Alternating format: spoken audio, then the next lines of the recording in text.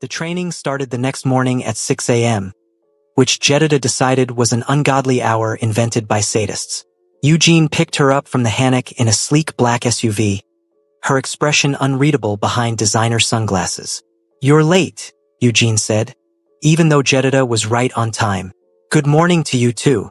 Eugene's lips twitched, the closest thing to a smile Jedediah had seen from her. "Minjun says you want to learn self-defense. I'm going to teach you how to survive." The training facility was in the basement of one of Minjun's legitimate businesses, a high-end gym in Gangnam that catered to celebrities and chaebols. But the basement was something else entirely. A tactical training center that looked like it belonged in a spy movie. "Holy shit," Jedediah breathed, taking in the weapons range, the combat mats, the obstacle course that looked legitimately terrifying. "Language," Eugene said mildly, then immediately contradicted herself.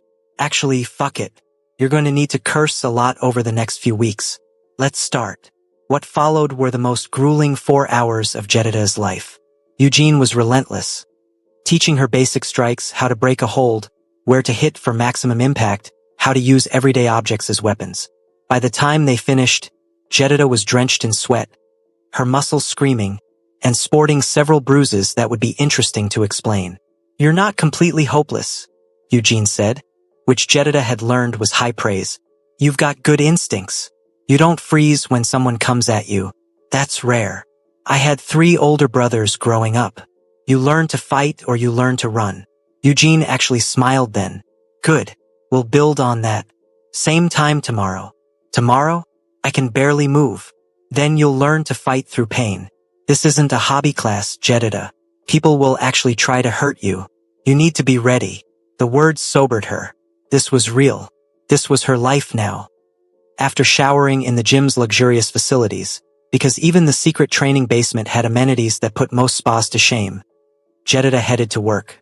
She'd managed to smooth things over with Director Kim by claiming a family emergency, but she knew she was on thin ice. Missing work without notice wasn't exactly career-building behavior. Mi-sun ambushed her at her desk. "Okay, spill everything. Now." Her friend pulled up a chair, eyes gleaming with curiosity and concern. "You disappeared yesterday. You come back looking like you got hit by a truck. And the internet is full of rumors about Kang Minjun. What the hell is going on?" Jedediah looked at her friend's sweet, sheltered Mi-sun, who thought the height of drama was office politics and whose idea of danger was trying street food from a cart without checking the hygiene rating. "Mi-sun, I need you to trust me when I say some things are better if you don't know. That's what people say before they end up on the news. I'm fine. Promise. Minjun is complicated, but he's not dangerous to me." "He's dangerous to someone, apparently." Mi-sun pulled up another article. 3 rival gang members were hospitalized last night. Sources say it was retaliation for the warehouse incident. Jedediah's stomach churned. She'd asked for full transparency, and Minjun had promised it.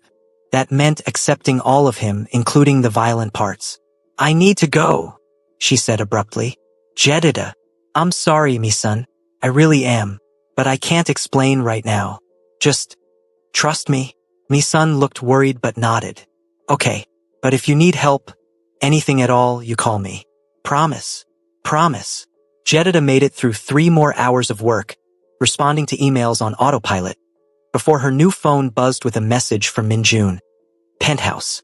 Now, we need to talk." The tension in those 4 words made her chest tight. Ji-hoon was waiting outside her office building. The drive to the penthouse was silent, and when they arrived, Minjun was standing by the windows, his posture rigid, still wearing the clothes from the night before. "You haven't slept," she observed. "Couldn't." He turned to face her, and she saw the exhaustion in his eyes, the weight he carried. "You saw the news? About the hospitalizations?" "Yes. And you're here anyway. You promised me transparency. This is part of that, isn't it?" He nodded slowly. "They came after one of my warehouses. 3 of my men were injured, 1 critically. Couldn't let that stand. In my world, weakness invites destruction. I had to send a message." "Did you?" She swallowed. "Did you personally hurt those men?" "Yes." No hesitation, no shame. Just honesty like she'd asked for. I beat the man who gave the order until he told me who sent him. Then I made sure he understood what happens when you target what's mine. Jedediah moved to the couch and sat down, her legs suddenly unsteady. This was it, the reality of loving a man like Minjun. Not the romance and stolen kisses, but the violence and moral ambiguity. Tell me how you're feeling, he said, sitting beside her but not touching, giving her space. Don't hide from me. She searched for the right words. I'm disturbed. Not surprised, but disturbed. Because part of me understands why you did it. Protect your people, maintain your position. But part of me is horrified because I was raised to believe violence is never the answer. It shouldn't be, he agreed quietly. In a perfect world, I could go to the police, file a report, trust the system to handle it. But my world isn't perfect. It's built on power and fear and respect earned through strength. I know. She looked at him. The question is, can I live with that? Can I kiss a man who hurt people with his own hands? That's what you need to decide. His voice was steady, but she could hear the fear underneath. I won't lie to you, Jedediah. I won't pretend to be something I'm not. But I also won't force you to accept something that violates who you are. She thought about her grandmother, a civil rights activist who'd marched with Dr. King, who'd taught her that violence only begets more violence. Then she thought about her father, a veteran, who'd taught her that sometimes protecting the people you love means doing hard things.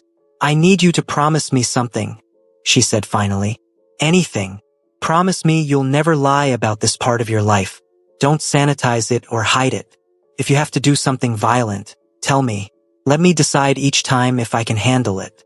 Don't make that choice for me. Relief and something like awe crossed his face. You're not leaving. I'm not leaving.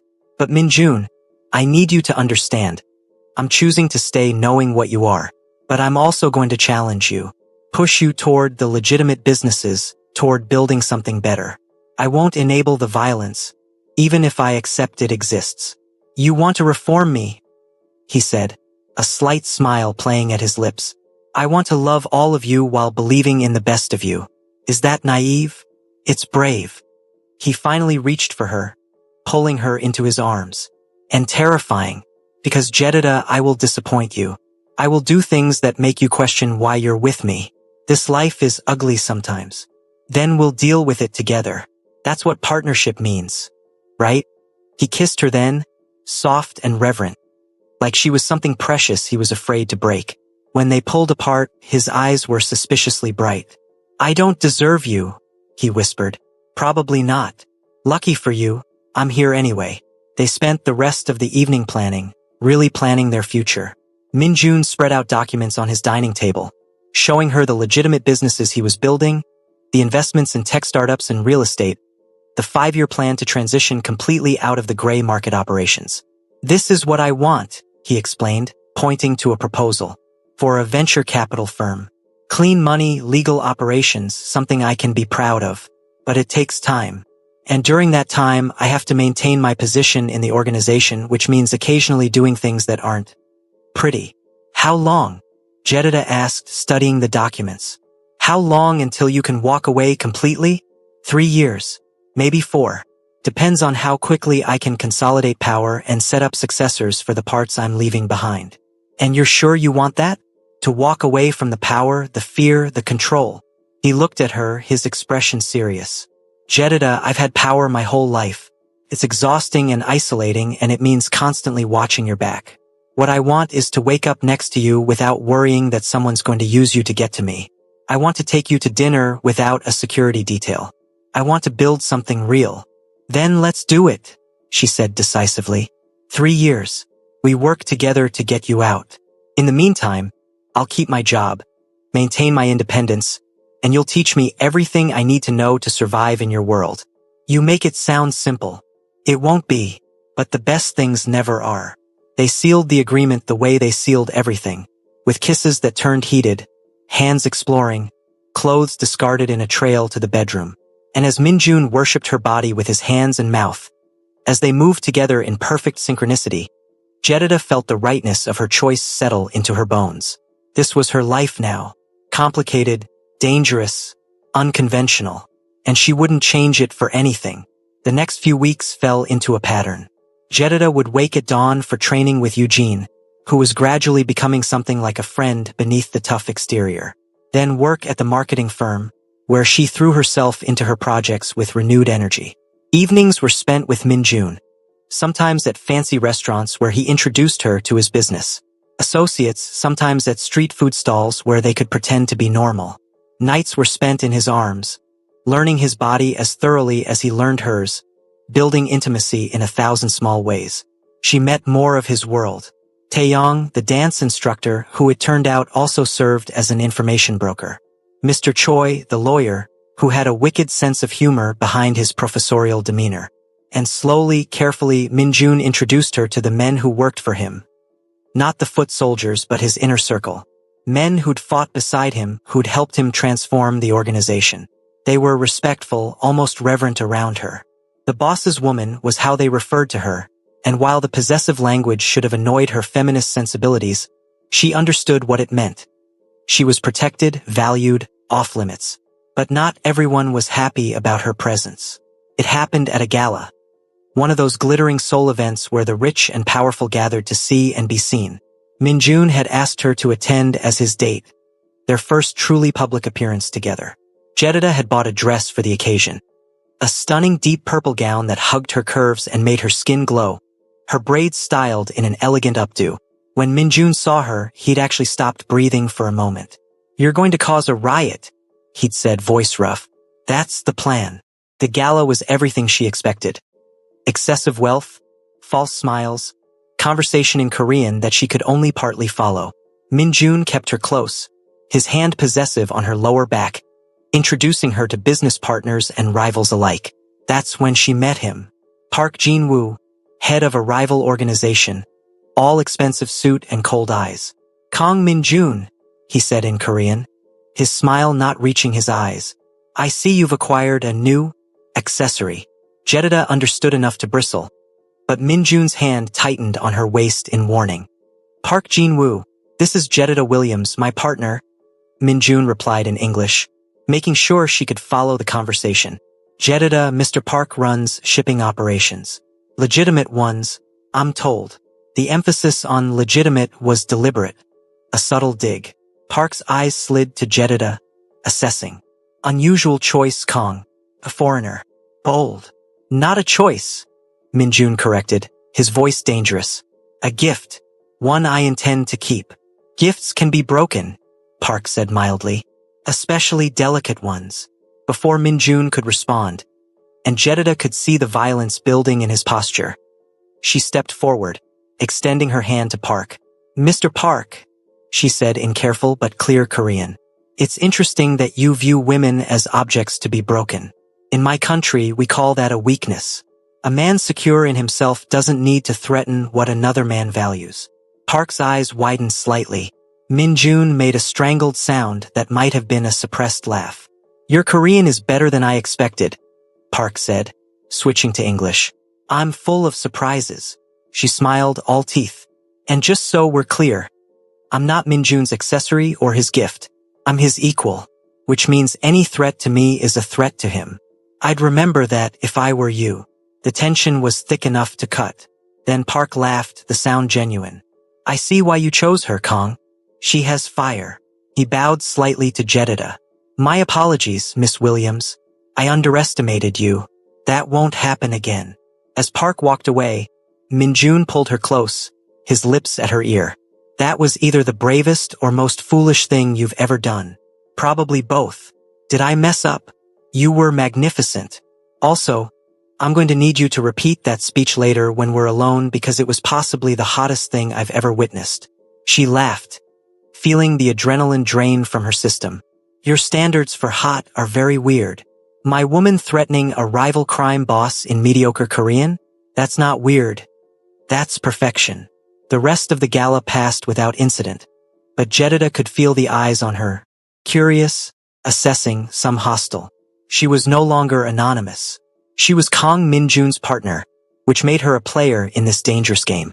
Later, in the car heading back to the penthouse, she was quiet. "Regrets?" Minjun asked softly. "No, but I'm realizing there's no going back now. Everyone saw us together. I'm officially part of your world. Are you scared? She thought about it honestly. A little, but also excited. Is that weird? It's very you. He kissed her temple. Thank you, by the way.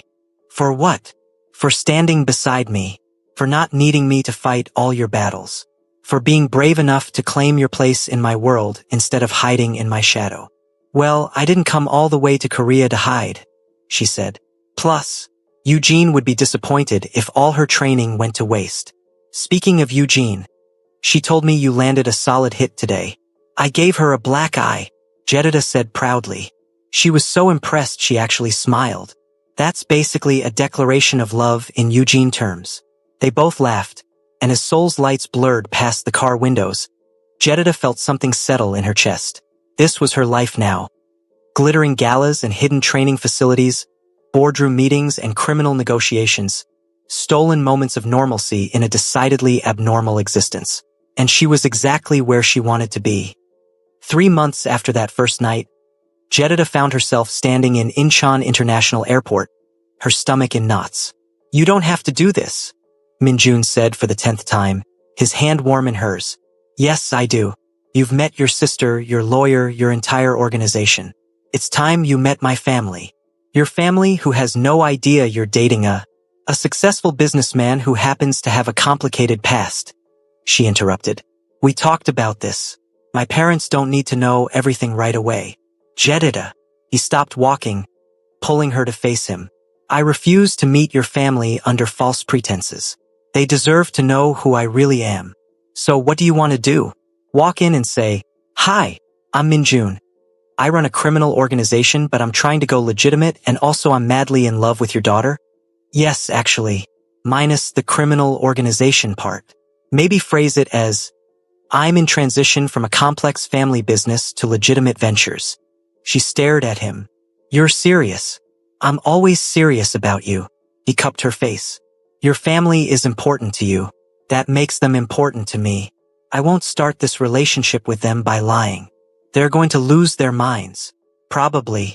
But at least they'll know the truth. The flight to Atlanta was long, giving Jedida plenty of time to stress about the upcoming week. She'd told her family she was bringing someone special to meet them, which had caused enough excitement. Her mother had immediately started planning dinners. Her father had started practicing his intimidating dad routine, and her brothers had started placing bets on how long this relationship would last. They had no idea what was coming. Minjun, for his part, seemed remarkably calm. He'd insisted on bringing Ji-hoon, who'd remained discreetly nearby, and had coordinated with his American contacts to ensure security without being obvious about it. But otherwise, he acted like this was just a normal trip. To meet the girlfriend's parents. Tell me again about your family, he said as they settled into their first-class seats. Dad's a retired veteran. Now works as a mechanic. Mom's a nurse. I have 3 older brothers. Marcus is a teacher, Jerome's a firefighter, and Tyler's in law school. Extended family includes about 1 million cousins, aunts, uncles, and my grandmother, who is the matriarch and whose approval you absolutely need. Any advice for winning over grandmother? Be honest. She has a bullshit detector that could rival the FBI. Also, she loves anyone who can cook, appreciates hard work, and respects women. I can work with that. Minjun, I need you to understand. My family is loud, opinionated, and protective. They're going to grill you. They're going to test you. My brothers will probably try to intimidate you. He smiled, that dangerous smile that still made her stomach flip. Jedida, I've negotiated with Yakuza bosses and faced down rival gangs. I think I can handle your brothers. You have no idea what you're in for. She was right. The Williams family descended on them the moment they arrived at her parents' house in a quiet Atlanta suburb. Her mother, Diane, took one look at Minjun and immediately pulled him into a hug that clearly surprised him. It's so nice to finally meet you, Diane said warmly. Jedida's told us so much about you. All good things, I hope, Minjun replied, his accent making Jedida's mother visibly melt a little. Her father, Robert, was less immediately warm. He shook Minjun's hand with a grip that was definitely a test, his eyes assessing. Welcome to our home, Robert said. Jedida says you're in business? Yes, sir. My family has various holdings in Korea. I'm currently working to transition into more legitimate ventures, technology investments, real estate development. The slight emphasis on legitimate didn't go unnoticed. Robert's eyes narrowed. Transition? From what? Dad, Jedediah warned. It's okay, Minjun said, his voice steady. Your daughter promised me honesty with your family, and I intend to honor that. Mr. Williams, my family has historically been involved in operations that exist in legal gray areas. Protection services, gambling, territory management. When I took over 5 years ago, I began the process of legitimizing our business. It's been slow, but we're making progress. The silence was deafening. Jedediah's 3 brothers, who'd been hovering in the background, suddenly looked a lot more interested. Her mother's smile had frozen. You're telling me you're in organized crime, Robert said flatly. Am transitioning out of. Will be completely legitimate within 3 years. Minjun met Robert's gaze steadily. I understand this is concerning. If I were in your position, I'd be concerned too. But I need you to know that your daughter is the most important thing in my life, and I would never put her in danger. She has round-the-clock protection, though discreet enough that she maintains her independence. Round the clock, Diane pressed a hand to her chest. Oh my lord. Mom, it's not as bad as it sounds, Jedediah started. Not as bad. Marcus, the teacher, stepped forward. Dee, are you serious right now? You're dating a gangster. Former gangster, technically. Tyler, the law student, corrected. If he's transitioning out, that doesn't make it better. Jerome, the firefighter, looked at Minjun with open hostility. What kind of danger is our sister in? Currently? Minimal, Minjun answered honestly. I've made enemies in my world, yes, but I've also built alliances. And anyone who knows me knows that harming Jedediah would be the last mistake they ever make. That's supposed to be comforting? Robert demanded. It's supposed to be honest, sir. You deserve to know the truth about who your daughter is with and what that means. What it means, Jerome said, moving to stand protectively near Jedediah, is that our sister could get caught in crossfire. Could be kidnapped, used as leverage. Which is why she's learning self-defense, Minjun interrupted. Why she has security. Why I'm working as fast as I can to leave that world behind entirely. Because your sister is right. She's not some fragile thing that needs constant protection. But she does deserve to know what she's getting into. And she does deserve people around her who will keep her safe while she lives her life. This is insane, Marcus muttered. It's my choice, Jedediah said firmly, stepping forward. Look, I know this is a lot. I know it's not what you expected or wanted for me, but I need you all to understand. I love him, and he loves me. And yes, his world is complicated and sometimes dangerous, but he's working to build something better, something legitimate. Can't you respect that? Respect it. Robert's voice rose. Baby girl, you're asking us to be okay with you dating someone who admits to being in organized crime. I'm asking you to trust me, Jedediah shot back. I'm asking you to believe that I'm smart enough to make my own decisions about my life. You all supported me when I moved to Korea alone. You supported me when I chose a career over starting a family. Why can't you support me now? Because this is different, Diane said, tears in her eyes. This is dangerous, Jedediah. We could lose you. You could lose me crossing the street. You could lose me to 100 different things. Jedediah took her mother's hands. Mom, I'm not being reckless. I know the risks, but I also know that Minjun is worth those risks. He's kind, he's funny, he challenges me, he respects me, and he's working every day to be better than who he was. Isn't that what you always taught me? That people can change? That what matters is who someone is trying to be, not just who they were. Diane looked at Minjun, really looked at him. Do you love my daughter? More than I thought I could love anyone. Minjun answered without hesitation. She's the best part of my day, every day. She makes me want to be the man she sees when she looks at me. And you'll keep her safe? With my life, if necessary. Though knowing your daughter, she'll probably be the one keeping me safe. Despite the tension that got a small laugh from Diane. She looked at her husband, some silent communication passing between them. This is a lot to process, Robert said finally. But Jedida's right, we raised her to make her own choices.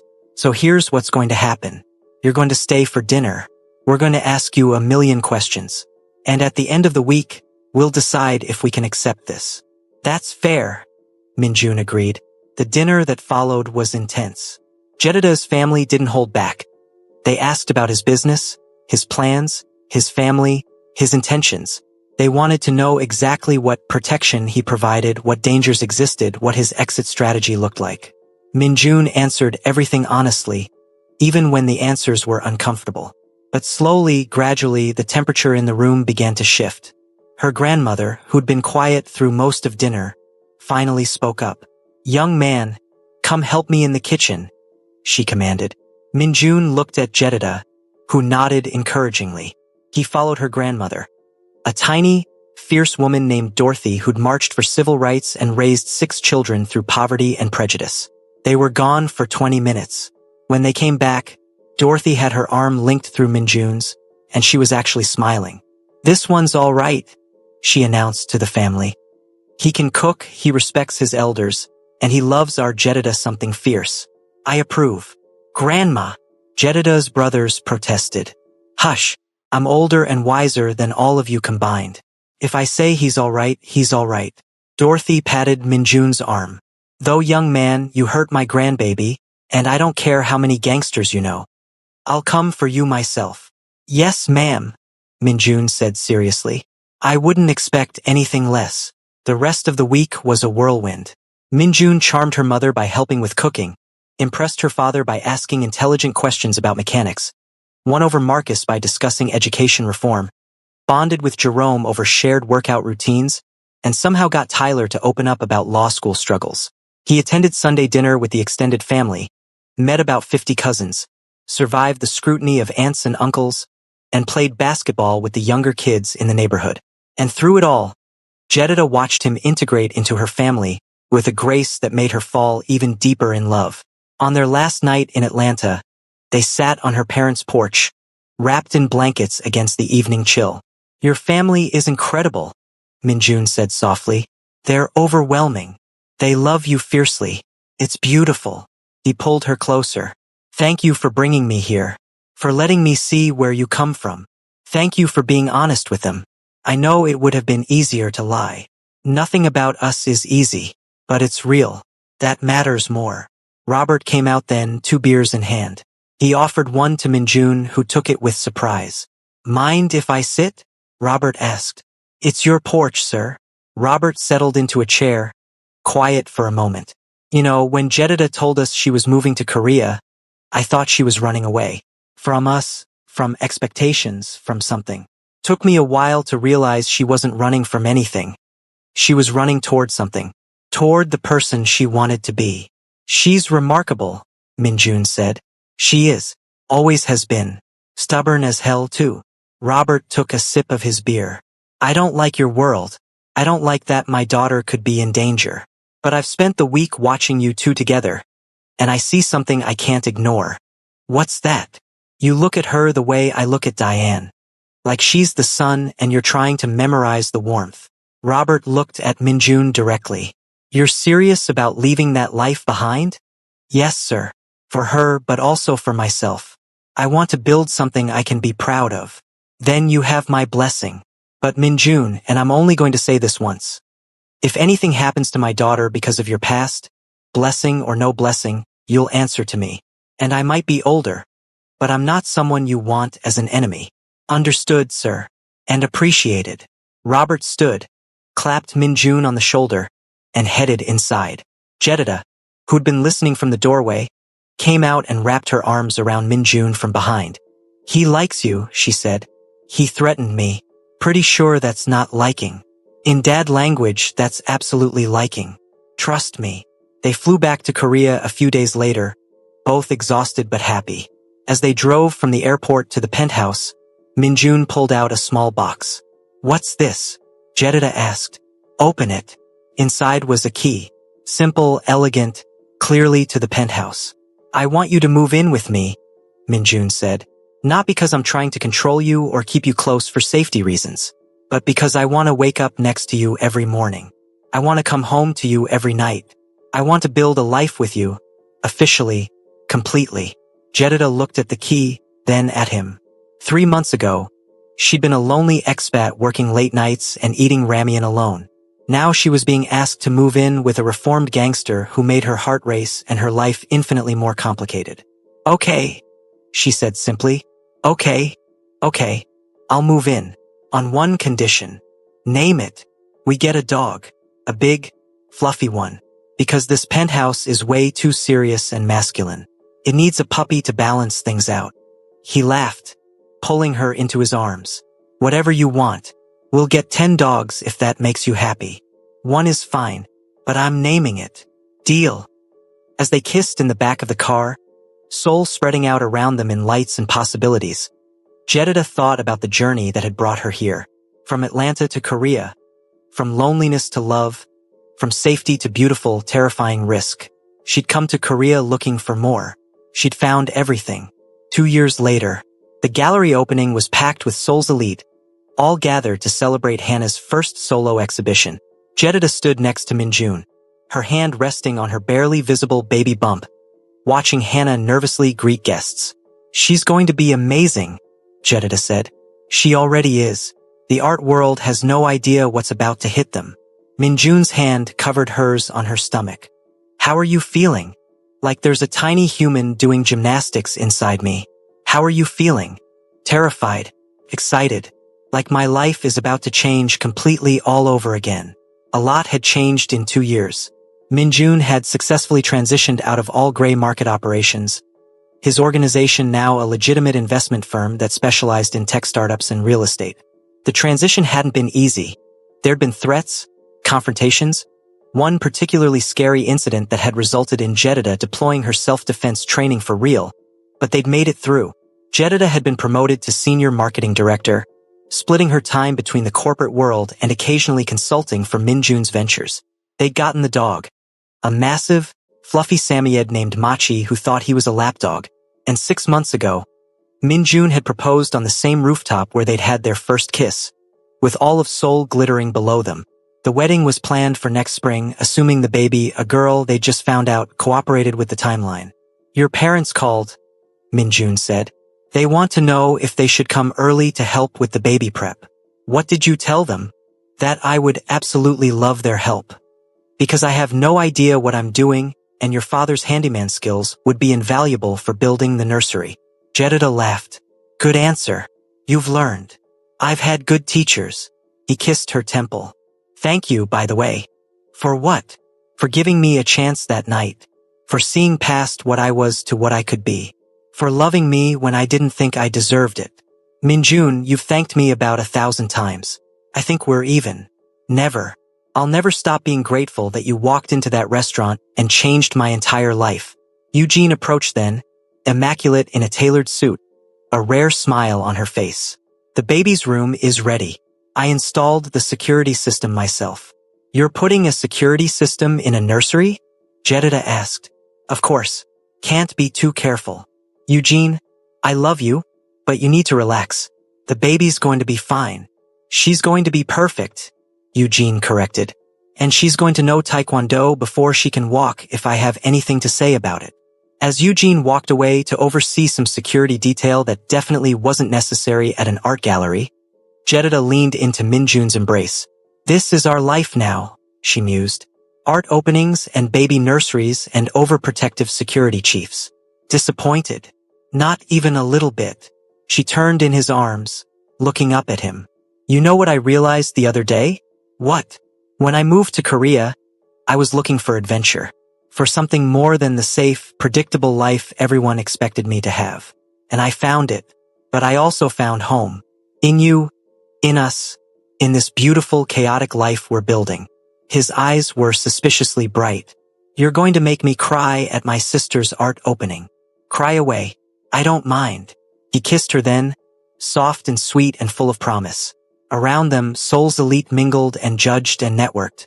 But in that moment, they were just two people who'd found each other against all odds and built something beautiful from the chaos. A former gangster trying to be better. A beautiful black woman who dared to be brave. and a love story that proved sometimes the best things in life come wrapped in unexpected packages. I love you, Minjun whispered against her lips. I love you too. Now come on. Let's go support your sister before she has a panic attack. And then home. And then home. They walked through the gallery hand in hand. Jedida's family watching over video call from Atlanta. Machi waiting at home with a dog sitter. A baby girl growing in her belly, and an entire future stretching out before them. It wasn't the life either of them had planned. It was so much better. Hello besties, in this story we learned that true love doesn't demand perfection, it inspires transformation. Thank you so much for watching. Kindly like, subscribe and share.